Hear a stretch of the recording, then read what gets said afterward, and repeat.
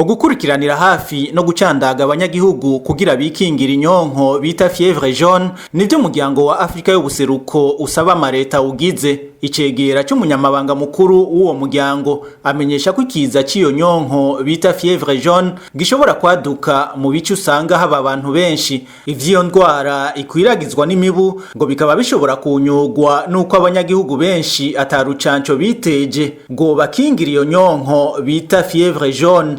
Icegera c'umunyamabanga mukuru w'akarere ka EAC ajejwe ivy'imibano Christophe Bazivamwo ati naho iyo ndwara ata muti ifise umuntu yiteje urucanco rimwe gusa aba yikingiye ubuzima bwiwe bwose. Leta ya Kenya ikaba yatangaje itariki 5 z'uku kwezi kwa gatatu ko abantu 3 bishwe n'iyo nyonko mu buseruko bw'ico gihugu. Abantu bangana 15 nabo bakaba baragaragaje ibimenyetso vy'iyo ndwara kuva mu kwezi kwa mbere, harimo kumeneka umutwe, umucanwa hamwe no kubabara mu ngingo no mu mitsi. Iyo ndwara ishobora kwica 20% vy'abayigwaye mu misi iri hagati ya ndwi na 10 kubw'umuryango wa Afrika y'ubuseruko. Iyindi ndwara iteye ubwoba karere muri kino gihe akaba ari nyonko yitwa fièvre de la vallée du Rift, yoyo yica abantu hamwe n'ibitungwa.